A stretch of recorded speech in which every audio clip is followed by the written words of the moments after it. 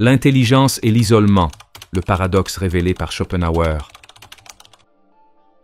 Avez-vous déjà ressenti que plus vous réfléchissez profondément, plus vous vous sentez seul, que plus vous comprenez le monde, moins les autres semblent vouloir vous écouter? Ce sentiment n'est pas une illusion. Depuis toujours, la société a redouté les penseurs profonds, non pas parce qu'ils ont tort, mais parce qu'ils perçoivent ce que les autres refusent de voir. Des figures comme Socrate, Galilée ou Nikola Tesla en sont la preuve. Ces esprits brillants ont été méprisés, censurés ou ignorés, non pas à cause de leur manque de génie, mais parce qu'ils mettaient les autres mal à l'aise. Arthur Schopenhauer, l'un des philosophes les plus lucides et impitoyables, a décrit l'intelligence comme une malédiction, un fardeau qui isole ceux qui perçoivent la réalité avec trop de clarté. Mais pourquoi la société résiste-t-elle aux penseurs différents? Pourquoi l'intelligence suscite-t-elle souvent le rejet au lieu de l'admiration? La réponse se trouve au plus profond de la psychologie humaine. Car lorsqu'un penseur profond entre en contact avec les autres, il ne fait pas que partager des idées. Il agit comme un miroir, reflétant les limites de ceux qui l'entourent. Et peu de gens sont prêts à affronter cette vérité.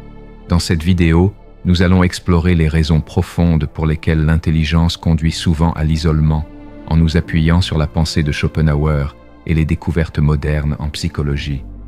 Nous verrons comment la société perçoit la supériorité intellectuelle, pourquoi l'ego humain la rejette instinctivement, et comment ceux qui pensent différemment peuvent naviguer dans un monde qui semble vouloir les exclure.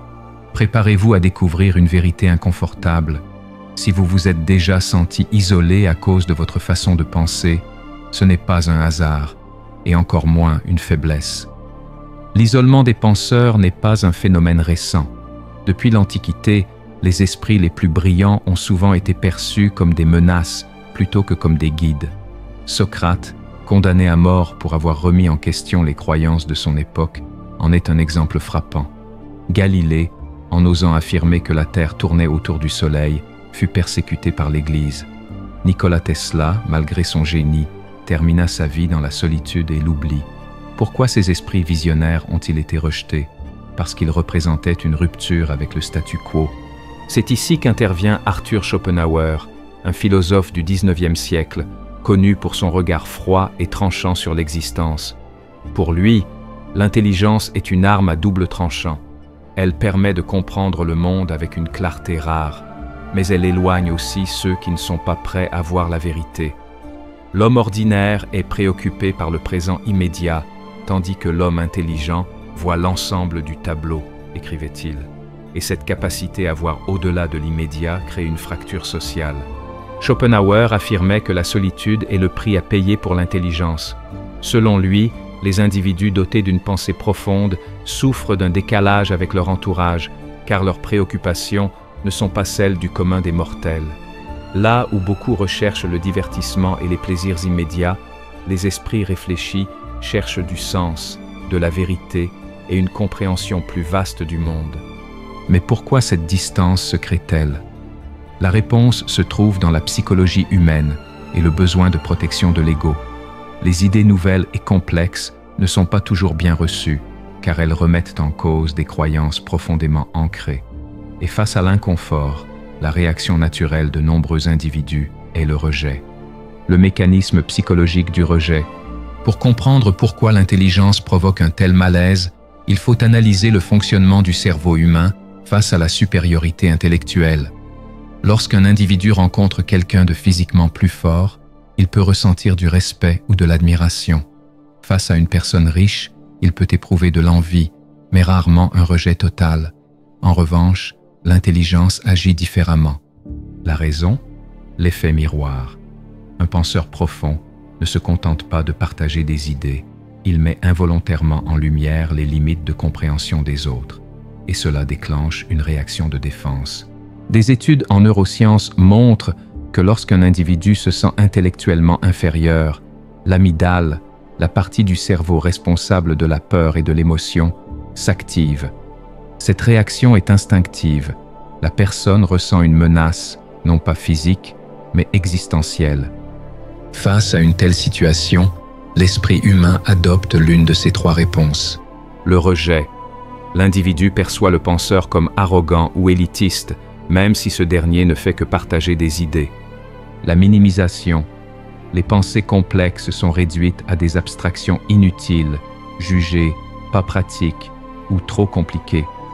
L'attaque. Dans certains cas, la résistance est si forte qu'elle pousse à discréditer l'intellectuel, à le ridiculiser ou à l'exclure socialement. C'est pourquoi de nombreux intellectuels, philosophes et penseurs ont été mis à l'écart au fil de l'histoire. Leur intelligence ne posait pas problème en elle-même, mais elle réveillait une insécurité profonde chez ceux qui les entouraient. Pourquoi la confiance prime sur l'intelligence? Curieusement, dans un cadre social, l'intelligence pure est souvent moins valorisée que la confiance en soi. Des études montrent que les individus sont plus enclins à suivre quelqu'un qui parle avec assurance, même si ses idées sont simplistes, plutôt qu'un penseur nuancé qui exprime des vérités complexes. Les leaders charismatiques captivent les foules, non pas parce qu'ils sont les plus intelligents, mais parce qu'ils véhiculent des messages accessibles et rassurants. À l'inverse, les penseurs profonds, en soulevant des questions existentielles et en remettant en cause les croyances établies, créent un malaise qui les rend naturellement impopulaires. Comment naviguer dans un monde qui vous rejette? Si vous êtes un penseur profond, comment éviter l'isolement sans renier votre intelligence? Acceptez l'incompréhension. Tout le monde ne pourra pas comprendre votre vision du monde, et ce n'est pas grave. Trouvez votre cercle. Recherchez des communautés où la réflexion et l'intelligence sont valorisées. Maîtrisez l'art de la communication. Simplifier sans dénaturer vos idées peut vous aider à mieux les partager.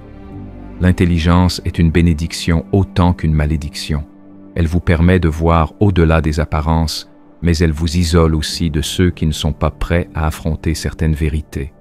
Le secret n'est pas d'abandonner votre quête de savoir, mais d'apprendre à naviguer dans un monde qui préfère parfois le confort des illusions à la lumière de la vérité.